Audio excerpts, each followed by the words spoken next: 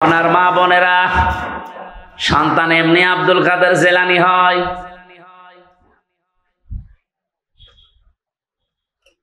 এখানে আমি যেটা বোঝাতে চাচ্ছিলাম, কন্যা সন্তান এই পৃথিবীতে মানুষকে আমার আল্লাহ দিয়ে তিনি নিজে আরশে বসে বসে আনন্দ করেন আর তিনি নিজেই খুশি হন। আপনি যখন এই মেয়েটার সুন্দর একটা অর্থবোধক নাম রাখার পর তার পেছনে খরচ করবেন সাধ্য মতো, মনে করবেন এটা আমি আল্লাহর রাস্তায় সাদগা করছি। কোন ছেলের পেছনে খরচ করলে সাদগা হয় এটা আমি পাইনি, কিন্তু মেয়েটার পেছনে যদি খরচ করেন, তাকে দিন শিক্ষা দেন, 3 নম্বরে তাকে সৎ পাত্র দেখে পাত্রস্থ করেন। নবীজি বলেন, কিয়ামতে আল্লাহ যখন আমার জান্নাতে দেবে তিনি এইভাবে দেখিয়েছিলেন, পাশাপাশি আমার পাশে ওই মেয়েটার দায়িত্বশীল মা বাবা আমার সাথে থাকবে। এজন্য অর্থবোধক নাম রাখবেন মেয়ের, এমন নাম রাখবেন না যেটা শুনলে কোনো অর্থ পাওয়া যায় না। সেদিন একটা দোকানের নাম, তার মেয়ের নামে দেখলাম মাহিদা। মাহিদা মানে বিভিন্ন জায়গায় আমি দোকানের নাম সাইনবোর্ডে দেখি ফুলজান স্টোর, অথবা লেখা আছে আসিয়া স্টোর। না, আইন সাদিয়া, আসিয়া শব্দের শাব্দিক অর্থ অবাধ্য, আর হামজা দিয়ে আসিয়া মানে বাধ্যগত বান্দি, সৌভাগ্যশালী। তাহলে আসিয়া না আসিয়া? আসিয়া হামজা দিয়ে। খালি উচ্চারণের ভেতরে পার্থক্য হয়ে গেলে দেখেন অর্থ আকাশ পাতাল দিয়ে গেছে। আসিয়া মানে সৌভাগ্যশালী, আর আসিয়া মানে অবাধ্য। ফুলজান মানে ঘনিয়ে ধরা। ওরে মাহিদা রেখেছে, জিজ্ঞাসা করলাম মাহিদা স্টোর কি? বলে আমার মেয়ে হয়েছে, তার নামই আমি দোকান দিয়েছি। খুব ভালো লেগেছে নামটা আমার। কোথায় পেয়েছেন মাহিদা? আচ্ছা, কোরআন শরীফ পড়তে গিয়ে পেয়েছি। বিসাল মাহিদ, মিহাদ। এই মিহাদ থেকে শেষে আবার জবর দেওয়া আছে। আমি বললাম মিহাদ মানে জানেন? মিহাদ মানে জাহান্নামের নিকৃষ্ট স্থান। কোরআন শরীফ পড়ে নাম পালাম, তাও 2 নম্বর নাম। নাম পাল্টাবো, নাম পাল্টিয়ে এখন আমি তারে দিয়েছি জামিলা লিখবেন।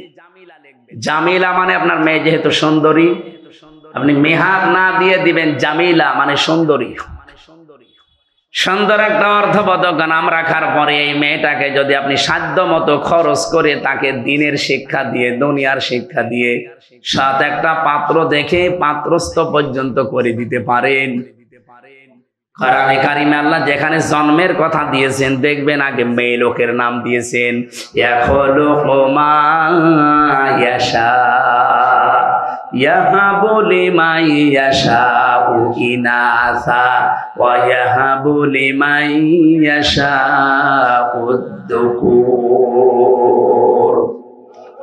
আল্লাহ পাক ইয়াহাবু লিমান ইয়াশাউ ইনাসা দিয়েছেন। ইনাসুন মানে মেয়ে লোক, কন্যা। ও পাবনাবাসী, আল্লাহ ছেলের নাম দিলেন না কেন?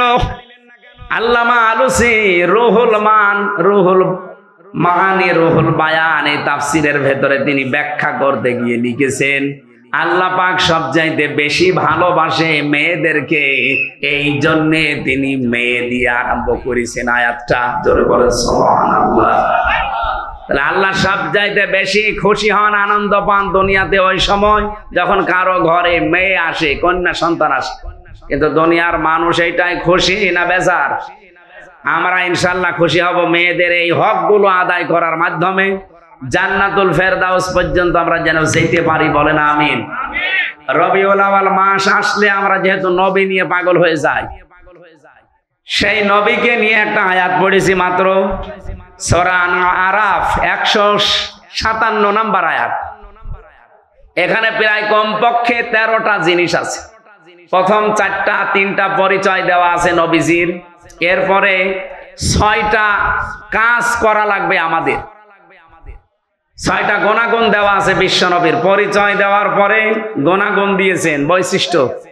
এরপরে শেষের দিকে আমাদের জন্য করণীয় 3টা কাজ আল্লাহ দিয়েছেন।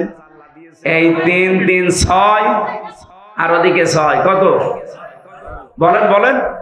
আর ওই শেষের শব্দটা সৌভাগ্যশালী হওয়ার জন্য আপনাকে মাস্ট বি দুনিয়ায় এই 12টা কাজ করা লাগবে। রবিউল আউয়াল মাস যেহেতু এসেছে, আমরা এই আয়াত থেকে নবীজির মাধ্যমে কিছু নিতে চাই। আল্লাহ যেন আমাদেরকে সহজে অল্প সময়ে কিছু নেওয়ার সুযোগ দান করেন, বলেন আমিন। সূরা আরাফ কোন সূরা বলেন তো? আরো জোরে বলেন, কোন সূরা? আরাফ। 206টা আয়াত আছে, মাত্র এক আয়াত পড়েছি, 157 নাম্বার আয়াত। নামকরণ বলছি আগে। আপনারা কি বিরক্ত হচ্ছেন নাকি? যারা কি চলে যাচ্ছে এরা কি